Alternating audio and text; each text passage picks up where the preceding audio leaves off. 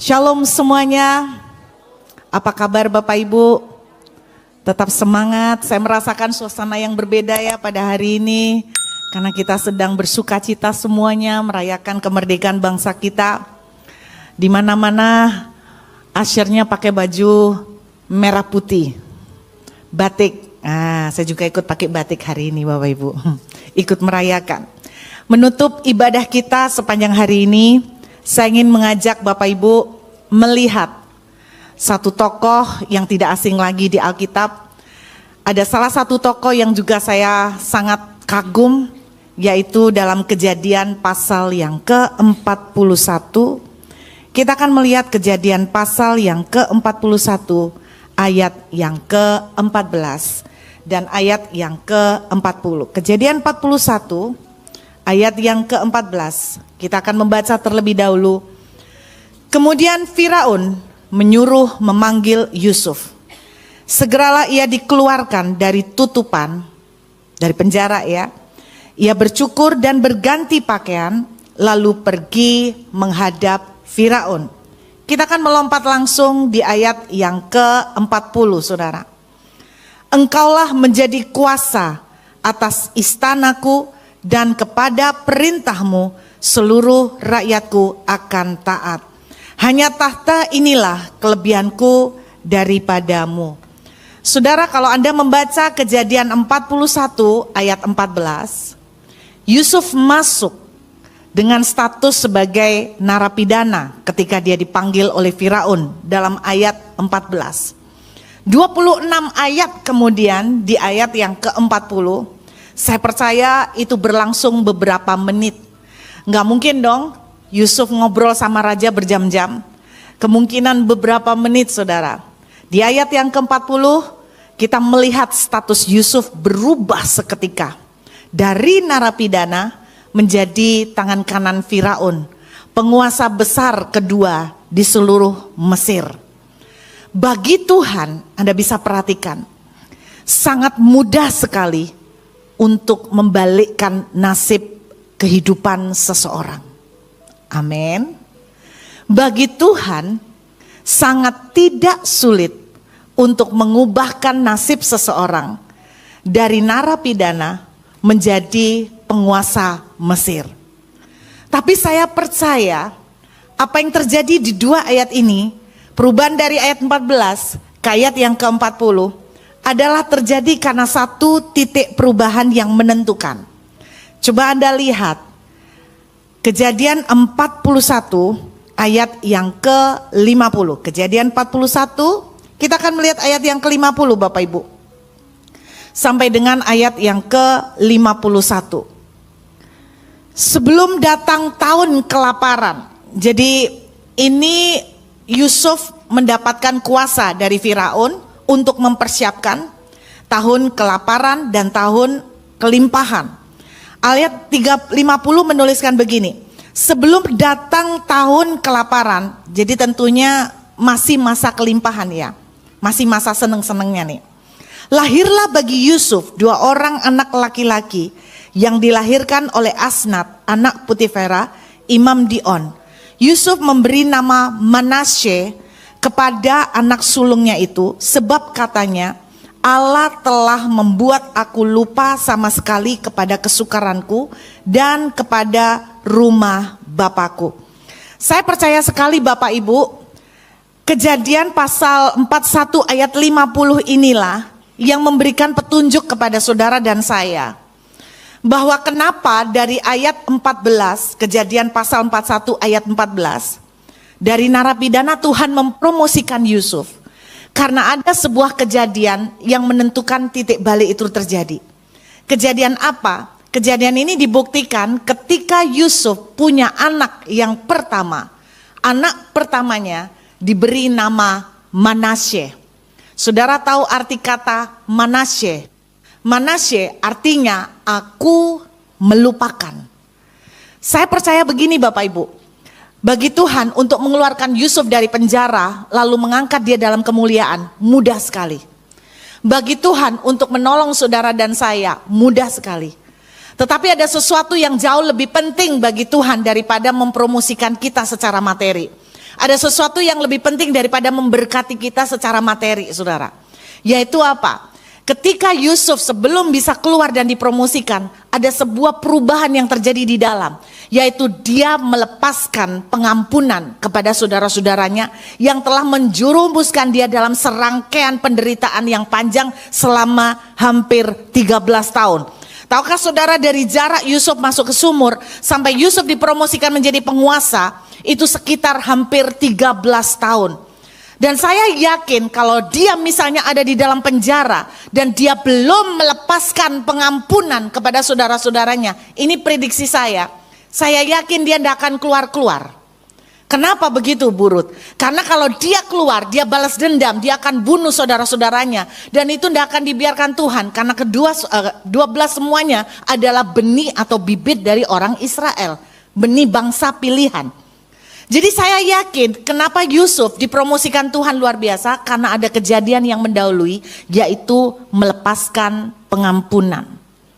Dalam hidup kita Bapak Ibu, saya percaya tidak ada dari kita yang terluput. Kita pasti ketemu orang yang menyakiti kita. Amin. Saya yakin semua yang di sini pasti ketemu orang yang menyakiti saudara. Minimal satu. Kalau saudara bilang saya tidak ketemu Bu, karena saya penuh pengampunan, haleluya. Saudara pantas menjadi guru besar. Sebab apa? Saya jujur katakan, saya termasuk tipe orang yang agak butuh waktu untuk benar-benar melepaskan forgiveness. Setiap kita pasti ketemu yang namanya orang antik dalam hidup ini. Amin. Saya mau cerita gini, saya baca satu cerita artikel.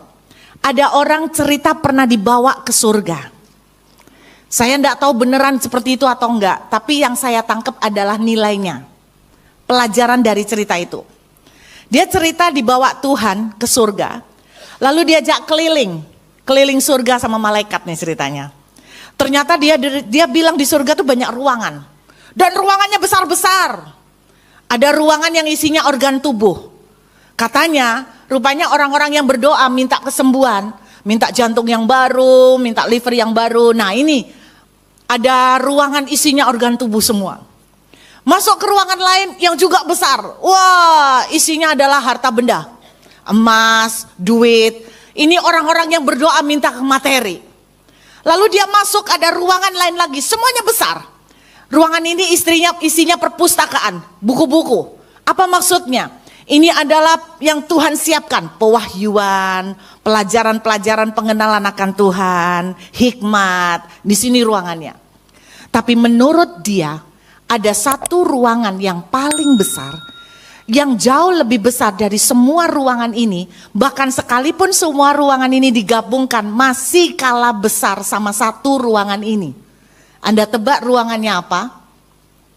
Namanya ruangan perlengkapan. Kalau dipikir-pikir kadang kalau bikin acara ruangan perlengkapan itu paling besar memang. Karena semua alat numpuk di situ. Ruangan perlengkapan atau equipment. Dan menurut dia ceritanya, ruangan ini paling gede. Isinya alat-alat perlengkapan aneka macam. Tapi kalau Anda lihat perlengkapannya cukup serem. Pokoknya perlengkapannya katanya berbau seperti ini. Tongkat, cambuk. Jadi kira-kira alat-alat seperti ini, perlengkapan yang kayak serem-serem, kayak ini kayaknya tempat mau menyiksa orang gitu kan. Jadi ruangan ini menurut ceritanya dia adalah ruangan yang paling besar. Berarti kan paling banyak. Alat-alatnya ini jauh lebih banyak daripada harta. Jauh lebih banyak dari organ tubuh. Apa yang dimaksud dengan alat-alat ini?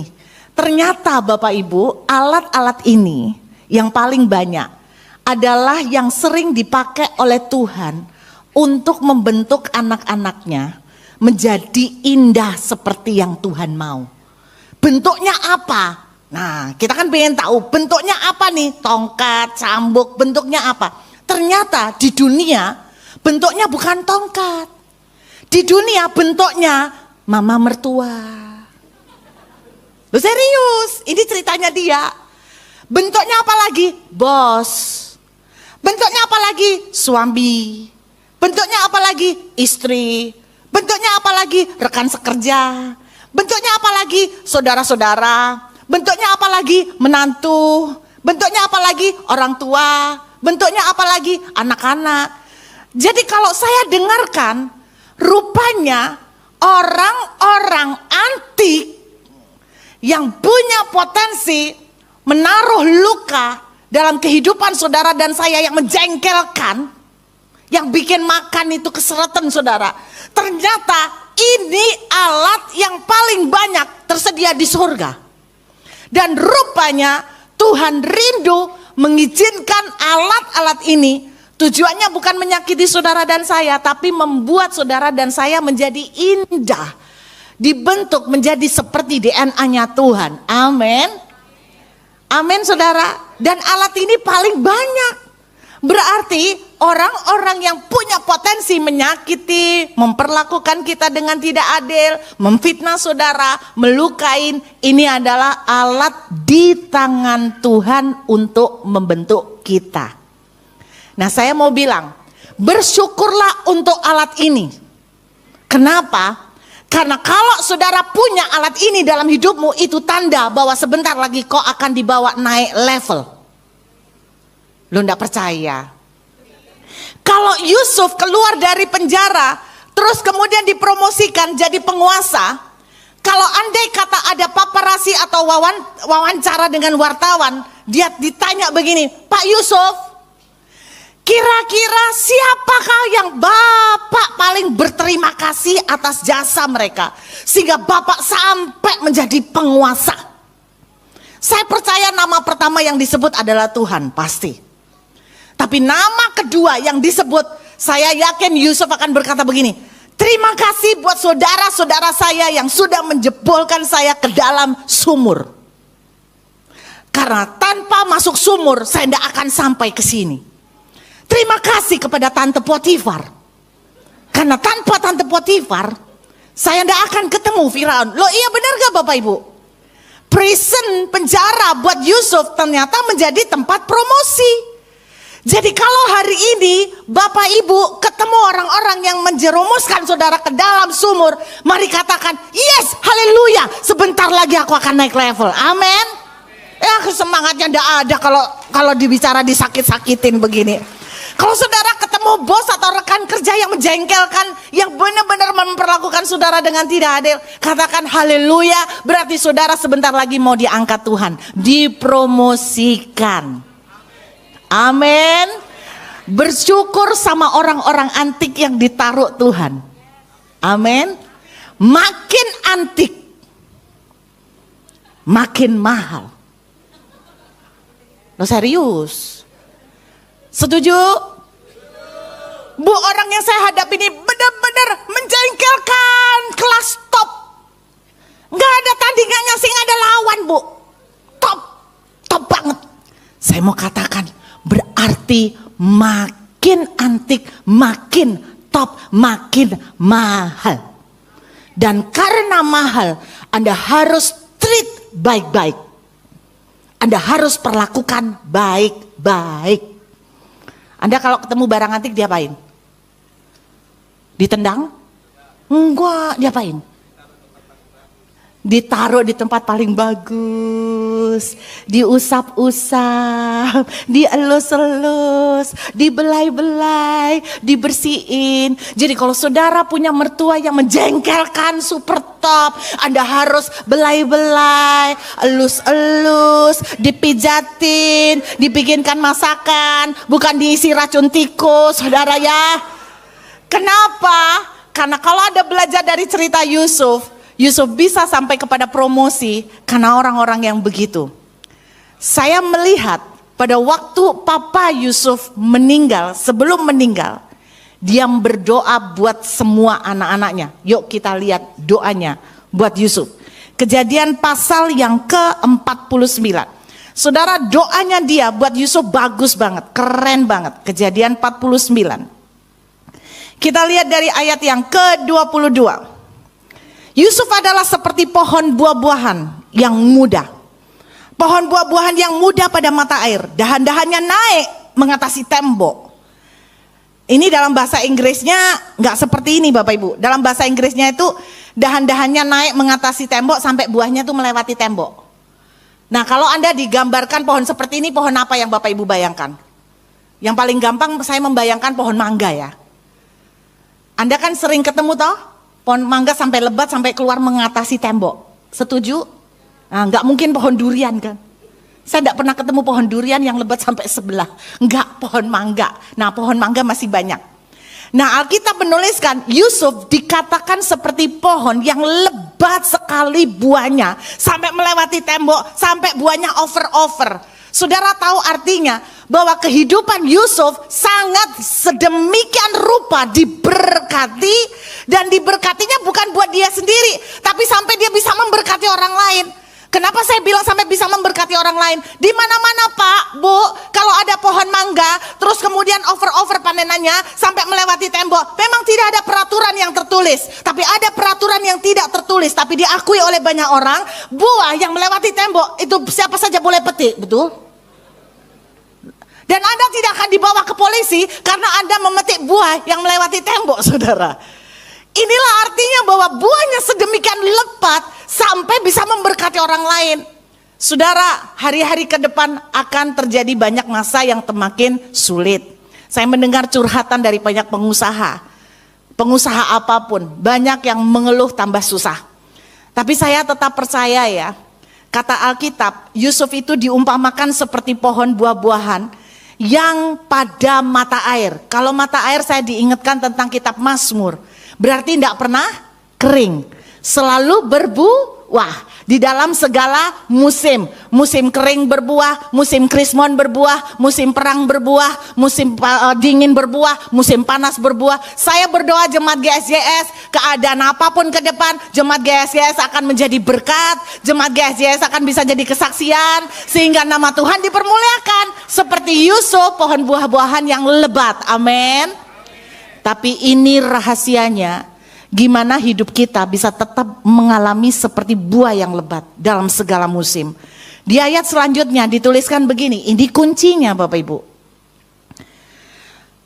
Walaupun pemanah-pemanah telah mengusiknya, memanahnya, dan menyerbunya, namun panahnya tetap kokoh dan lengan tangannya tinggal lihat oleh pertolongan yang maha kuasa, pelindung Yakub, oleh sebab gembalanya gunung batu Israel. Bahasa Indonesia kita sedikit ada yang miss, ada yang kurang.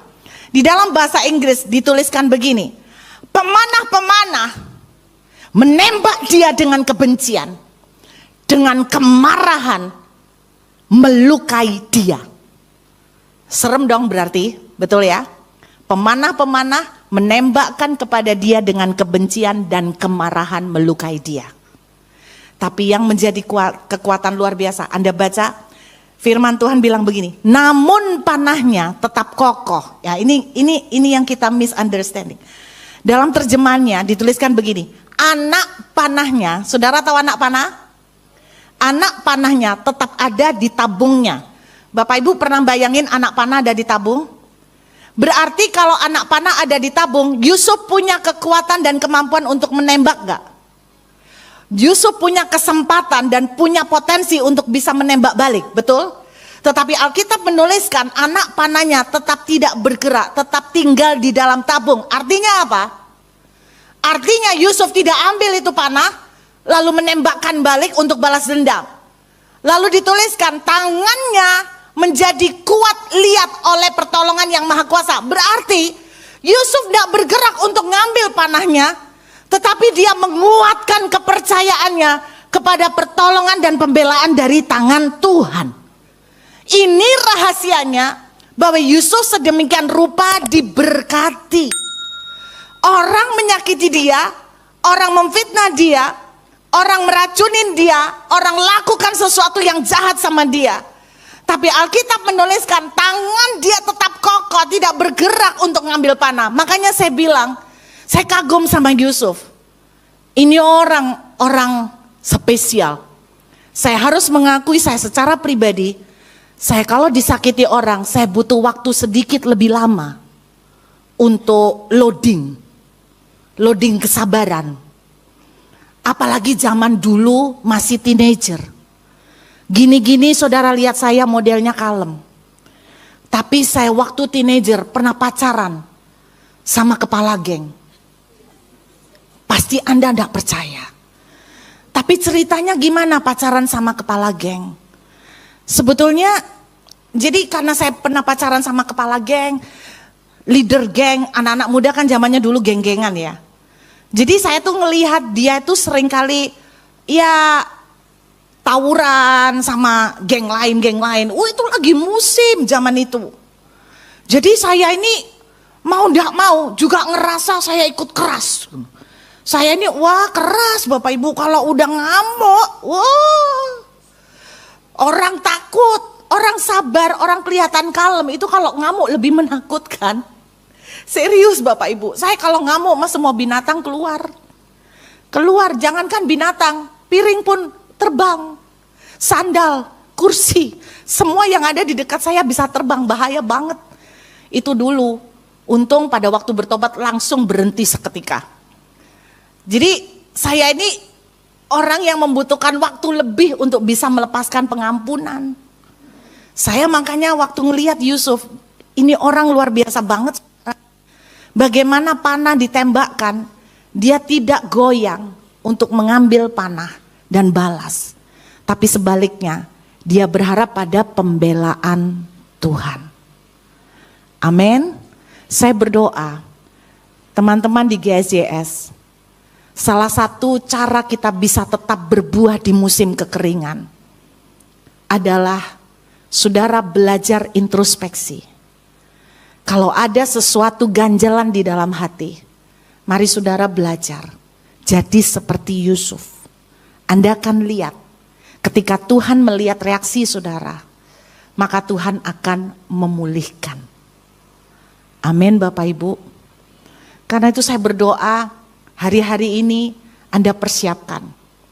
Apapun yang akan terjadi, saya beberapa waktu yang lalu ngobrol dengan seorang hamba Tuhan senior. Dan beliau cerita tentang kondisi-kondisi yang akan terjadi di tahun-tahun ke depan. Pada waktu saya mendengar itu, terus terang, saya rada keder juga. Saya rada takut juga. Saya cuman membayangkan, belum itu terjadi aja jemaat banyak yang mengalami susah. Bagaimana kita bisa menghadapi hari-hari yang lebih susah. Tapi seperti firman Tuhan katakan, kalau orang-orang seperti Yusuf, di musim apapun dia tetap berbuah. Kuncinya berani belajar melepaskan pengampunan.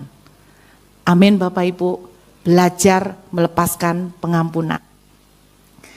Saya mau cerita ada seorang menantu. Nah, biasanya ceritanya dari zaman Adam dan Hawa menantu sama mertua ya. Menantu perempuan sama mertua perempuan. Menantu ini benci sekali sama mertuanya karena cerewet. Apa-apa cerewet, jadi dia tuh jengkel lama-lama sampai kepahitan. Lalu dia datang ke seorang sinsei, seorang tabib. Dia bilang, saya ini benci sama mertua saya. Tolong beri saya obat, ramuan untuk bisa bunuh mertua saya. Saking panas dan pahit hatinya. Lalu si sinsei mikir, obat apa ya? Lalu dia punya ide. Dia ambil ramuan, lalu dia campur-campur, akhirnya diberikan. Terus tabibnya bilang gini, ini racun yang sangat mematikan. Pasti mujarab. Tapi prosesnya pelan-pelan.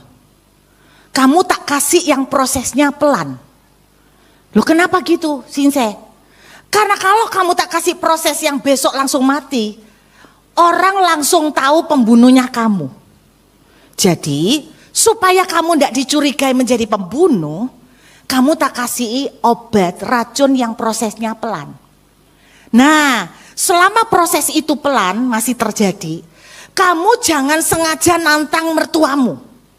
Kamu jangan sengaja sering bertengkar sama mertuamu. Karena kalau kamu sengaja sering bertengkar sama mertuamu, nanti ketahuan kalau mertuamu mati, maka orang yang paling dicurigai adalah kamu. Jadi gimana dong sinsei? Jadi gini, kamu tak kasih obat ini, Setiap pagi bikinkan ramuan ini, kasih dia sarapan. Kamu perlakukan mertuamu dengan baik. Kamu perlakukan dengan baik, sebaik-baiknya. Jangan nantang, jangan kurang ajar, nanti kamu dicurigain. Jadi kamu harus baik. Nah, ketika kamu baik, terus kemudian nanti mertuamu mati, kamu tidak dicurigai. Oh, masuk akal, masuk akal. Jadi saudara, dia pulang dengan semangat, dapat ramuan pembunuh pamungkas. Dia lakukan saran dari Sinsai. Tiap pagi dia siapkan. Dia bikinkan makanan. Dia ingat Sinsai bilang, hati-hati ya, jangan sampai kamu dicurigai. Jadi kamu tidak boleh nantang mertuamu, kamu harus baik. Pokoknya dibikin sedemikian sampai tidak ada kecurigaan sama sekali.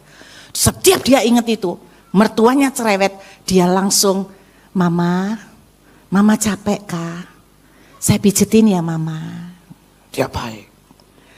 Setiap kali mama mertuanya mulai lagi bikin ulah, dia ingat lagi, jangan dicurigai. Dia tambah baik, dia tambah baikin mamanya, dia tambah melakukan kebaikan sama maminya. Akhirnya 1-2 bulan kemudian, kan dia berpikir kok belum mati-mati ya gitu kan. Saudara, dia ingat lagi sih saya ngomong, jangan yang keburu-buru, nanti langsung kentara. Oh ya, benar-benar pelan-pelan. Dia baikin maminya, dia baikin mertuanya. Setelah 1-2 bulan, mertuanya berubah. Berubah gimana? Jadi sayang sama dia. Mertuanya jadi tidak cerewet, jadi perhatian sama dia. Jadi care banget sampai akhirnya setelah mertuanya care, dia datang ke Sinsai. Dan dia bilang begini, saya menyesal, saya tidak mau bunuh mertua saya sekarang sudah baik Sinsai. Ini gimana caranya, saya sudah terlanjur kasih obat itu. Gimana caranya supaya netralisir, supaya dia tidak mati. Saya tidak kepingin mertua saya mati, sekarang mertua saya baik sama saya. Bahkan melebihi dari mama saya. Sinsai, saya tidak kepingin mertua saya mati. Terus Sinsainya bilang, tenang aja. Karena obat yang aku berikan kepadamu itu vitamin. Jadi mertuamu tidak akan mati. Pelajaran apa yang saya petik? Kasih, pengampunan, memerdekakan. Bukan hanya memerdekakan orang tersebut. Tapi yang paling penting, ketika kita melepaskan pengampunan, kita yang dimerdekakan. Orang sakit hati itu menderita loh Bapak Ibu. Orang sakit hati itu ngabisin energi. Makan hati sampai liver, jantung habis semua. Orang sakit hati. Saya kagum dengan seorang hamba Tuhan namanya John Wesley. Pernah dengar?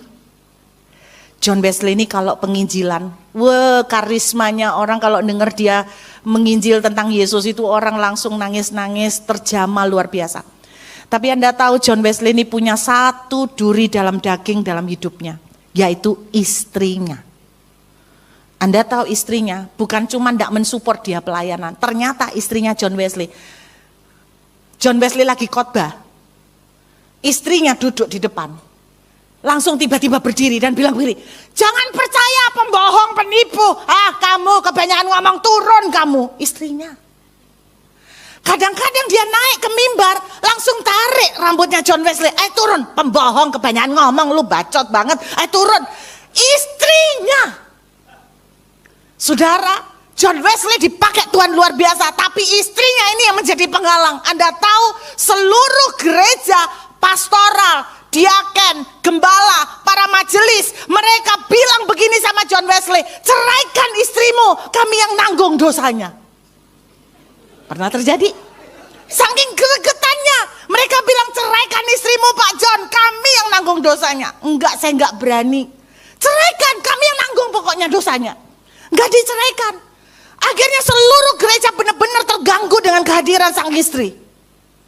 Setiap kali John Wesley khotbah, istrinya ikut. Dan setiap kali ikut, ngerepotin beneran. Mereka bersatu hati berdoa. Bukan bagi bangsa dan negara. Mereka berdoa supaya duri ini diangkat. Ya Tuhan, kiranya Engkau mengangkat duri ini. Bukankah itu yang sering kita lakukan? Kita berdoa, Tuhan, bebaskan aku. Itu doa mereka. Akhirnya doa mereka suatu hari terjawab. Seluruh pengurus, gembala dan majelis bersuka cita. Haleluya, kemenangan telah diberikan kepada kita. Kenapa? Karena istri John Wesley meninggal. Mereka senang semuanya. Anda tahu, di pemakaman semua wajah kelihatan happy. Ini pemakaman yang paling menggembirakan. Satu-satunya yang nangis, dan nangisnya sampai kayak anak kecil, adalah John Wesley. Mereka bingung. Bapak, bukankah harusnya Bapak bersuka cita, sekarang Bapak bisa melayani tanpa halangan? Dia menangis dan berkata begini, kamu tidak pernah ngerti. Istriku membentuk aku seperti hari ini jauh lebih banyak daripada jam doaku. Jadi ternyata John Wesley sendiri mengakui jam doa panjang tidak mengubah kepribadian dia. Jam doa yang panjang tidak mengubah orang menjadi punya kepribadian dan karakter seperti Kristus.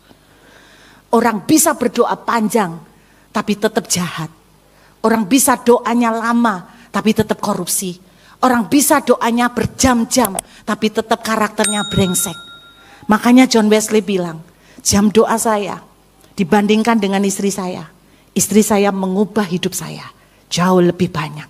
Karena John Wesley tahu, pada akhirnya ketika dia berangkat pulang ke Tuhan, yang Tuhan lihat bukan berapa jam dia berdoa. Yang Tuhan lihat bukan berapa banyak pelayanan yang dikerjakan. Yang Tuhan lihat adakah karakter Tuhan, pribadi Tuhan di dalam diri. Itu sebabnya bersyukur untuk orang-orang yang menyakiti kita. Amin. Bersyukur untuk orang-orang yang menjadi orang antik dalam hidup saudara. Lepaskan forgiveness, dan saya berdoa jemaat gereja GSJS akan menjadi jemaat yang berbuah-buah banyak. Siapa yang hari ini punya orang antik? Tolong angkat tangan dengan bangga. Hampir 90% punya orang antik ya. Tolong sekarang saya ajak merenung sebentar. Pejamkan mata. Bayangkan wajahnya. Loh beneran, serius. Tolong bayangkan wajahnya. Bayangkan wajah orang antik.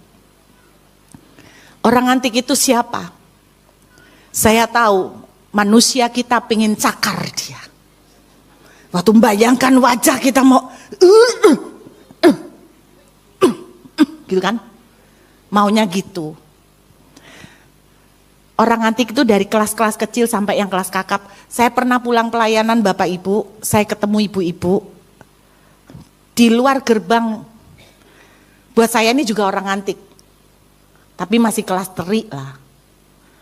Dia tiba-tiba bilang begini loh. Depan saya nih, baru pulang khotbah nih. Lagi berkarisma seperti begini nih. Tiba-tiba si ibu itu datang begini. Aduh perutnya endut sekali, ini isinya apa ya? Perutnya kok gendut sekali ya? Bu Ruth, lemu, gemuk, ya ampun. Bapak Ibu, saya pendeta juga manusia. Kalau tidak ingat Tuhan, saya mau ambil lakban. Saya mau plaster itu mulut. Saya mau ngomong sama dia, mulut lu gak pernah sekolah ya. Tapi saudara tahu, Tuhan mengingatkan saya, ini soal kecil loh. Anda jangan bilang jengkelin loh. Oh, bagi wanita tuh jengkelin Pak. Mungkin bapak-bapak enggak. Wanita tuh sensi. Nggak ada wanita yang senang dibilang gemuk, apalagi pakai dipertegas. Aduh, endut sekali. Isinya apa? Pakai tangannya pegang di perut saya terus putar-putar begini loh. Dia ngomong aja sudah menyakitkan, ditambah peneguhan pakai tumpang tangan lagi. Bukan tumpang tangan mendoakan, tapi tumpang tangan. Aduh, bulat sekali, besar sekali, gemuk sekali. Isinya apa? Ini orang bener-bener nggak pernah sekolah loh mulutnya. Bagi orang wanita, biarpun pendeta, tapi tetap perempuan Pak, normal. Saya bisa sensitif. Benar. Sebetulnya, sudah. Akhirnya saya bilang, isi soto, Ci. Isi rawon. Habis enak-enak semua makanan di Surabaya. Oh gitu, ibu makan terus ya? Makan terus, gak berhenti-berhenti. Ibu rakus juga ya? Kurang aja, tambah diterusin, tambah keterlaluan dia. Ibu rakus ya? Ci, gimana? Kalau di Australia kan gak ada yang di sini. Saudara, hati ini rasanya sudah kempot-kempot. Kuping ini rasanya panas. Tapi saya terus teringat tentang Yusuf. Anak panahnya tetap ada di tabungnya. Itu kalau ceritanya lain, anak panahnya mau tak ambil, Pak. Terus apa? Sebelum gua panain gua terus gitu ya kan. Ih, jahat banget, sadis. Itulah manusia kita. Tapi Tuhan mengajarkan, seperti kata John Wesley, istri saya membentuk saya lebih daripada jam doa saya. Bayangkan wajah antik, orang-orang yang antik dalam hidup saudara. Percayalah, habis mereka pasti entar lagi naik level. Dipromosikan Tuhan. Lepaskan kemurahan dan pengampunan. Saya mengundang pemain musik kembali. Baru saja ada sebuah kejadian yang mengharukan sekali. Sungguh saya semakin mengerti kata-kata kasih itu memerdekakan. Ini kisah nyata Bapak Ibu. Ada seorang pria muda gay. Hatinya itu sebetulnya dia bukan anak Tuhan. Hatinya sebetulnya sangat rindu untuk dia itu sembuh. Tapi dia sudah mencoba berkali-kali, dia tidak bisa lepas dari gay. Dia pengen sembuh Bapak Ibu. Tapi ketika dia mau masuk datang ke gereja, dia takut. Dia takut bahwa orang-orang akan menghakimi dia, dia takut orang-orang akan menolak dia, mengusir dia. Tapi di hati kecilnya dia menangis. Dia betul-betul ingin sembuh dan berubah. Tapi dia sudah gagal berkali-kali. Saya pernah ketemu orang yang datang sama saya, anak muda, dan dia bilang, saya ini keterikatan dengan dosa masturbasi. Saya mencoba lepas Bu, tapi selalu gagal dan balik lagi. Saya mau bertobat, gagal lagi, balik lagi. Saya sampai merasa malu sama Tuhan, dan saya berpikir apakah Tuhan mau mengampunin saya? Karena saya sudah berkali-kali. Orang ini juga merasakan yang sama. Kemudian Anda tahu apa yang terjadi? Dia cuma datang berdoa. Aku tuh pengen sembuh Tuhan, tapi aku gak sanggup. Tapi aku lelah, tapi aku pengen sembuh. Suatu saat, setelah beberapa waktu pergumulan itu, dia bermimpi. Cuman mimpi. Di dalam mimpinya, dia melihat Tuhan Yesus datang menghampiri dia. Lalu dia panggil namanya. Anakku, datanglah kepadaku. Dia jawab, Tuhan, aku ini kotor. Aku ini gay. Aku mau sembuh tapi gak bisa. Gimana Tuhan kalau nanti aku jatuh lagi? Datang kepadaku. Tapi Tuhan, aku takut menyakitimu lagi. Datang kepadaku. Datang saja kepadaku. Mimpinya cuma sesederhana itu. Dia nangis, terbangun dan nangis sejadi-jadinya. Kalimat yang keluar dari mulut Tuhan cuman sederhana. Datang saja kepadaku. Gak pakai kayak kita ya. Janji ya, jangan ngulang loh. Kalau ngulang tak tabok loh ya. Kita kan bersyarat. Tuhan datang kepada Tuhan. Dia mulai datang ke gereja. Datang ke gereja. Tidak sampai 6 bulan. dia betul-betul sembuh, berhenti dari keterikatannya. Kasih menyembuhkan, kasih memerdekakan. Ketika hati saudara terluka, belajarlah melepaskan kasih dan pengampunan. Akan memerdekakan saudara dan akan memerdekakan bahkan apapun yang saudara ada dalam hidupmu akan dimerdekakan dan menjadi pohon yang berbuah lebat dalam segala musim. Amin. Selamat belajar mengampuni. Selamat belajar melepaskan kemurahan. Mari kita pejamkan mata sebentar. Beberapa minggu lalu seorang wanita bertanya kepada saya, "Bu, kondisi saya benar-benar dalam kondisi terpuruk. Saya ini selalu bertanya sama Tuhan, apa salah saya? Kok sampai hari ini saya belum melihat pemulihan?" Saya ngobrol sama beliau. Akhirnya saya baru mengerti bahwa dia menyimpan luka. Saya bilang, bagaimana Tuhan bisa memberkati, sedangkan untuk mengampuni engkau Tuhan tidak bisa lakukan karena engkau juga tidak mau ngampuni. Dan ketika dia belajar mulai melepaskan pengampunan, saya belum melihat pemulihan secara materi, tapi yang pasti saya melihat dia disembuhkan. Dan ketika dia disembuhkan, saya percaya perubahan berikutnya akan menjadi sebuah bonus yang mudah sekali buat Tuhan.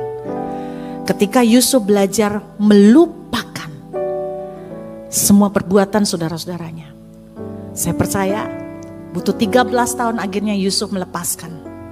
Akhirnya Tuhan mengangkat dia dalam kemuliaan. Bayangkan wajah orang-orang yang menyakiti saudara saat ini. Yuk sama-sama lepaskan blessing. Berkatin dia, lepaskan pengampunan. Saudara tidak butuh alasan bahwa engkau mengampunin kalau dia berubah. Untuk sebuah pengampunan saudara tidak butuh alasan. Saudara cuman butuh ketaatan dan keputusan untuk mau taat dengan Tuhan. Lepaskan, ampuni dia, dan lihatlah bagaimana tangan pertolongan Tuhan akan menggantikan tangan saudara yang lemah dan melakukan pembelaan dan pertolongan dalam hidup saudara.